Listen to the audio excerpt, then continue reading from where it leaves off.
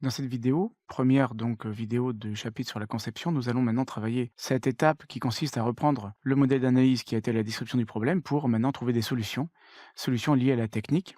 Nous allons nous intéresser au diagramme de classe pour la conception. Donc je vais reprendre mon projet concernant le site en ligne de vente de livres et je vais créer un nouveau modèle. Alors un modèle, c'est tout simplement un package stéréotypé modèle. Un modèle, c'est un ensemble de diagrammes ou de documents, peu importe lesquels d'ailleurs, qui me mènent à choisir un niveau dans un processus. Donc en l'occurrence, le processus que nous suivons, ça a été la modélisation du métier, l'expression de besoin, l'analyse système et maintenant donc la conception. Alors ça va être l'occasion pour moi de travailler d'une façon un petit peu différente de ce qu'on a fait jusqu'à présent. C'est que je vais commencer par parler, avec un diagramme de séquence, de la partie dynamique. Jusqu'à présent, nous avons plutôt posé les éléments statiques de la structure, puis essayé de les mettre en œuvre dans une séquence. Là, je vous propose d'utiliser un diagramme de séquence pour traiter, par exemple, de la modification du panier, modifier le panier, mais d'un point de vue plus logiciel. Donc normalement, bien entendu, le code que je vais écrire va s'appuyer sur les besoins exprimés par l'utilisateur. Donc je devrais retrouver, au moment de modifier le panier, mes acteurs. Alors effectivement, je devrais retrouver, en l'occurrence, l'internaute. L'internaute est toujours l'utilisateur qui s'impose pour la modification de panier. Mais cet internaute, eh bien, maintenant, je vais le mettre en face d'éléments beaucoup plus précis en termes de classe. Il ne s'agit plus d'avoir simplement des boundaries ou des objets type catalogue et compagnie. Je vais effectivement faire apparaître des objets de type, alors, ici, je vais parler l'écran principal, par exemple, hein. L'écran principal, c'est une page JSP. Donc, dans les diagrammes de séquence, vous placez des objets. Ici, écran principal, c'est un objet anonyme. Maintenant, si je place un autre objet qui serait, par exemple, le contrôleur du panier, eh bien, je peux très bien faire utiliser cette notation-là, qui consiste à dire qu'il existe quelque part une classe qui s'appelle contrôle panier, et finalement, je ne donne pas de nom à ce contrôleur de panier. Asta est un outil qui va essayer de maintenir la cohérence entre les types que j'annonce et ce qui existe actuellement dans le modèle de conception, donc il me propose de créer le type contrôle panier. Je dis oui, donc ça veut dire que du point de vue du modèle de conception, je viens de créer une classe, et que cette classe, je la réutilise dans la création ici d'un objet de type contrôle panier. De même que le contrôleur de panier, j'imagine qu'il va s'adresser à une classe d'entité panier. Donc pareil, notation 2 points entité panier qui signifie que je dois avoir une classe entité panier. Je ne donne pas de nom spécifique à cette entité panier car je l'utilise de façon assez générique. Alors l'internaute, lui, va s'adresser à l'écran principal pour faire une recherche de livres.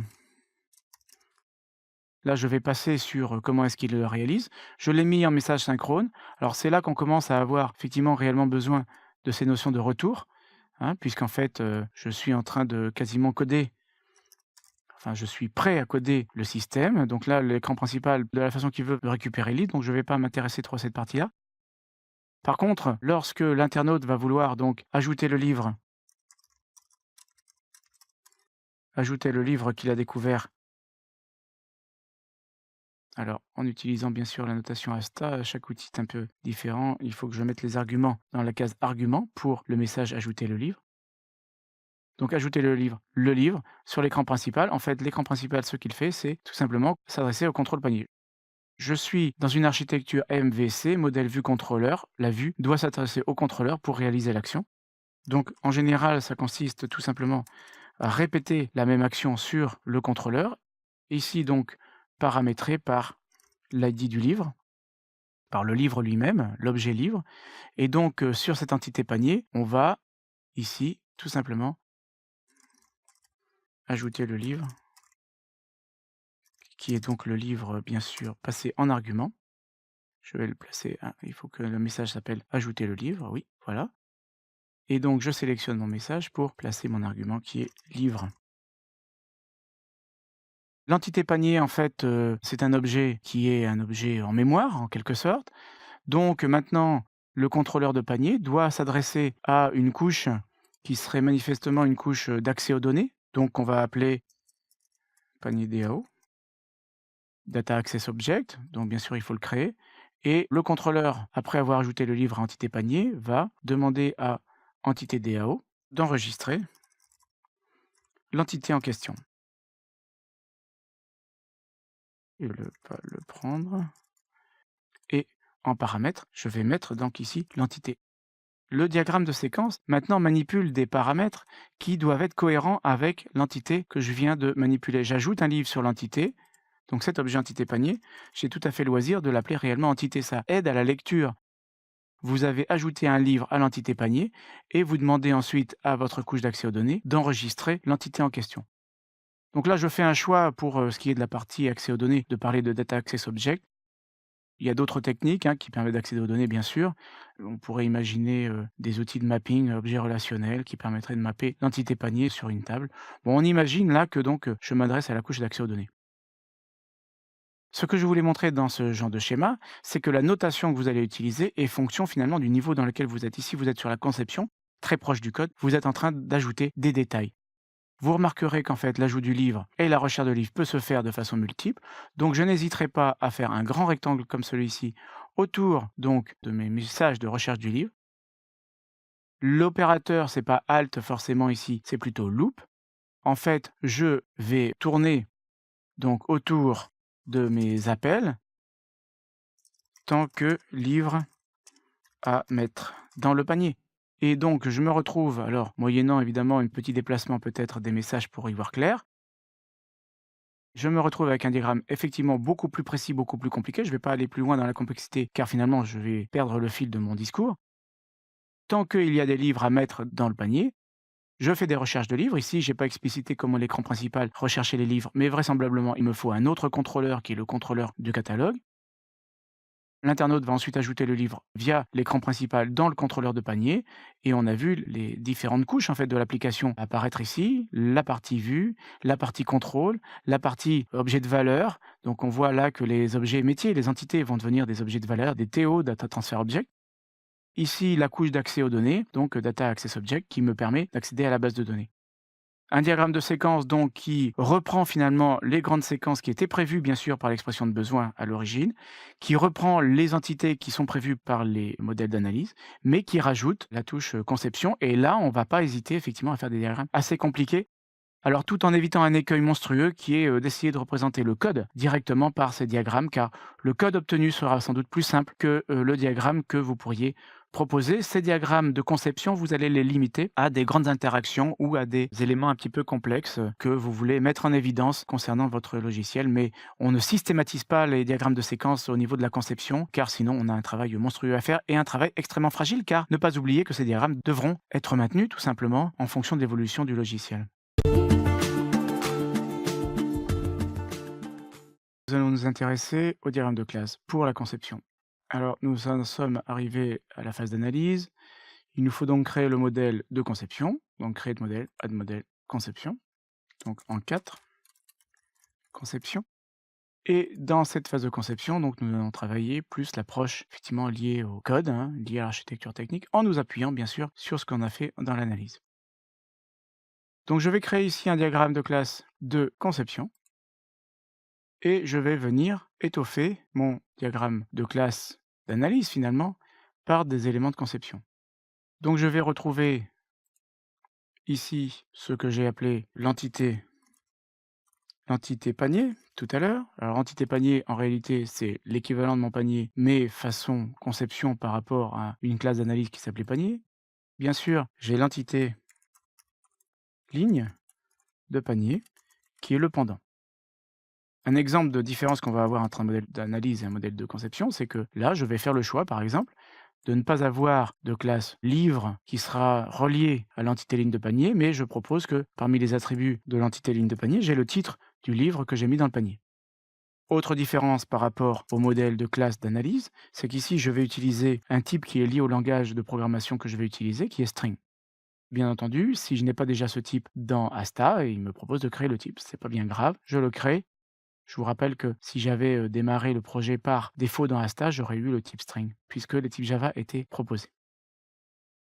Autre différence que l'on va retrouver avec un modèle d'analyse, c'est que les associations vont non seulement être équipées de leur multiplicité, donc en l'occurrence ici, l'entité ligne de panier est forcément dans un panier et vous pouvez avoir de 0 à une infinité ligne de panier dans un panier, mais en plus, on va s'intéresser à comment est-ce qu'on nomme l'objet qu'on a en face de nous.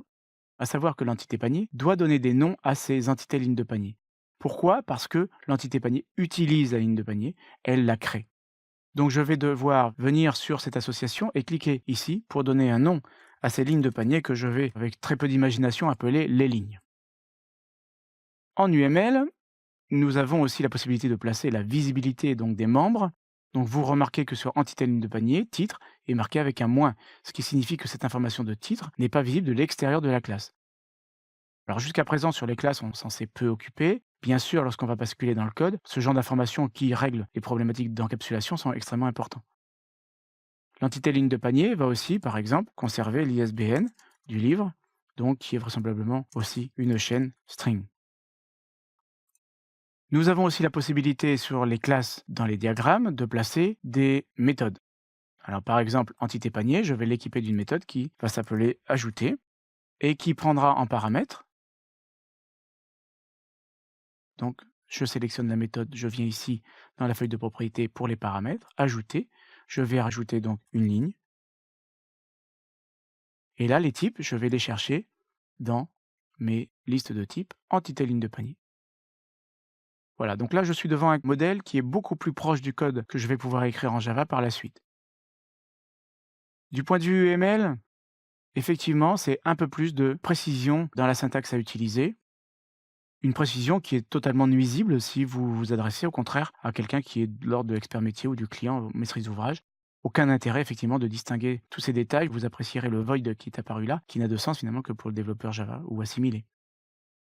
Autre importante chose à spécifier sur les associations, c'est la navigabilité, à savoir que c'est bien l'entité panier qui utilise la ligne de panier pour l'ajouter. Donc on a besoin d'indiquer sur ce diagramme de classe qui dépend de qui. L'entité panier dépend de l'entité ligne de panier. Je vais représenter ça par une flèche du côté entité ligne de panier. La flèche ouverte, je vais la placer en sélectionnant mon association, en venant voir ici l'onglet pour la fin B qui pointe vers entité ligne de panier, et indiquer que cette association est navigable. Association navigable, ça veut dire qu'on va faire en sorte que le code puisse nous manipuler des entités lignes de panier à partir de l'entité panier. Je devrais bien sûr aussi rajouter des classes supplémentaires comme le panier DAO qui est donc dans ma couche d'accès aux données, panier DAO qui se place en tant qu'utilisateur de l'entité de panier, donc vraisemblablement relié à l'entité panier par cette flèche pointillée, flèche ouverte pointillée, qui est une flèche extrêmement générale qui indiquera la dépendance. La dépendance est simplement représentée par cette flèche pointillée. D'une façon générale, dans un diagramme de classe, les flèches représentent la dépendance. Nous avons des dépendances structurelles, comme cette association, qui dit que dans une entité panier, vous avez des lignes de panier. Donc structurellement, il y a une dépendance. C'est-à-dire que quand vous supprimez la classe entité ligne de panier, quelle que soit la méthode concernée, il y a un impact sur entité panier. Par contre, pour ce qui est de panier DAO, il s'agit plus d'une dépendance contextuelle, à savoir que c'est lorsque vous voulez réaliser l'enregistrement du panier que vous vous êtes confronté à cette dépendance. À la rigueur, si je supprimais la méthode enregistrée, je n'aurais plus besoin d'entité panier. Alors je vais représenter le paramètre de enregistrer. Le paramètre, c'est donc tout simplement un panier qui se trouve être de type entité panier. Entité panier. Voilà. Cette dépendance contextuelle, on la retrouve un peu à toutes les sauces dans pas mal de diagrammes qui représentent tout simplement la dépendance. Si vous modifiez entité panier, vous aurez à reprendre ce que vous avez écrit comme code sur panier DAO. Bon, ce sont des flèches dont on n'a pas fait beaucoup usage à haut niveau, mais qui vont devenir de plus en plus importantes au fur et à mesure qu'on va se rapprocher du code. Si je parle maintenant de mon servlet, par exemple, servlet contrôleur, que je vais représenter comme ça, CLR, contrôleur de panier, eh bien, ce servlet, bien sûr, est un outil donc totalement lié à l'architecture qui pourrait utiliser panier DAO d'un côté et entité panier de l'autre. Voilà donc le genre de diagramme que j'appelle un diagramme de classe de conception, un diagramme qui, du point de vue UML, est beaucoup plus précis, effectivement, qu'un diagramme d'analyse, et dans lequel je mets l'accent quand même aussi, chose importante pour la suite, sur les dépendances entre les classes. Ça va me permettre de savoir ranger correctement les classes dans les différents modules, dans les différents packages.